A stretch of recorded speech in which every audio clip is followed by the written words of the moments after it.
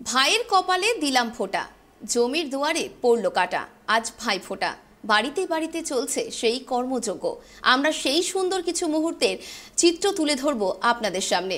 চলুন দেখাই সেই চিত্র। আজকে ভাতৃদ্বিতীয়ার সকলকে অনেক অনেক শুভেচ্ছা, ভালোবাসা ট্রাইব টিভির পক্ষ থেকে। চারিপাশে ঘরে ঘরে চলছে শঙ্খের ধ্বনি। বোনেরা কিন্তু আজকে ব্রতী একদম তাদের ভাইদের দীর্ঘ কামনার জন্য, মঙ্গল কামনার জন্য। ঠিক এরকমই একটা পরিবারকে আজকে আমরা পেয়ে গেছি। আজকে আমরা চলে এসেছি রায়গঞ্জেরই প্রভানন্দ সিনহা মহাশয়ের বাড়িতে, যেখানে কিন্তু চলছে ভাই ফোঁটার অনুষ্ঠান, ভাতৃদ্বিতীয়ার অনুষ্ঠান। তবে চলুন দেখে নিই আজকের দিদিরা কিভাবে তাদের ভাইদের মঙ্গল কামনা করছে।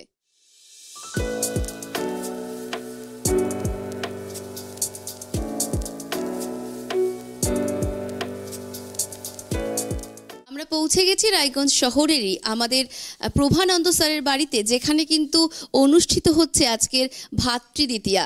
দেখুন কিভাবে একজন ভাই বোন দিদিরা সকলে বসে আছে এখানে। আজকে এই অনুষ্ঠানে ভাতৃদ্বিতীয়ার অনুষ্ঠান চলছে।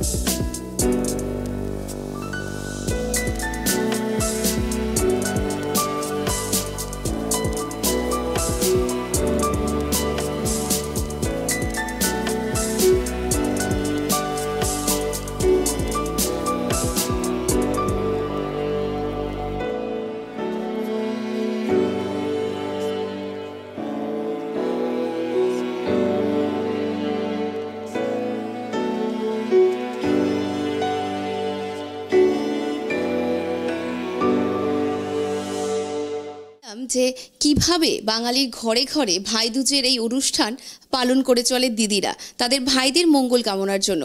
চলুন তাহলে কথা বলি আজকে সেই রকমই একজন দিদির সঙ্গে। পেয়ে গেছি যে তার ভাইয়ের ব্রতী কামনায় কিন্তু আজকে ভীষণভাবে ব্যস্ত, খুব আনন্দিত। তাহলে কথা বলে নেব। দিদি, আপনার নাম? আমার নাম জ্যোতিকা সিনহা। এখানেই থাকা হয় রায়গঞ্জে? না, আমি অ্যাকচুয়ালি কলকাতা থাকি। কলকাতা থেকে সুদূর এসেছি ভাইফোঁটার জন্যে, এই উৎসবের জন্যে। এই উৎসবে মানে ভাইদের সঙ্গে কাটানো সময় মুহূর্ত, ভাই বোনদের একসাথে যে সময় কাটানো, এটার জন্যই কলকাতা থেকে সুদূর আসা।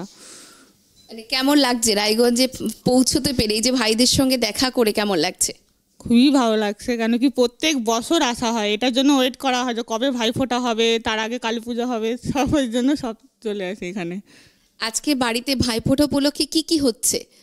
ভাইফোঁটার উপলক্ষে লুচি হয়েছে, পায়েস হয়েছে, সুজি হয়েছে, এছাড়াও মিষ্টি তো রয়েছে, বিভিন্ন রকম ফল রয়েছে, তাছাড়া খাওয়ার জন্য মাংস রয়েছে, চিকেন, মটন থেকে শুরু করে মাছ, সব কিছু। মানে আজকে তাহলে ভাইফোঁটার জন্য কিন্তু সিনহা বাড়িতে জমিয়ে খাওয়া দাওয়া হচ্ছে। তাহলে সেই খাওয়া দাওয়ার মধ্যে কি ভাইদের কাছে একটু শুনে নি, ভাইদের কেমন লাগছে? খুব ভালো লাগছে। খুব ভালো লাগছে।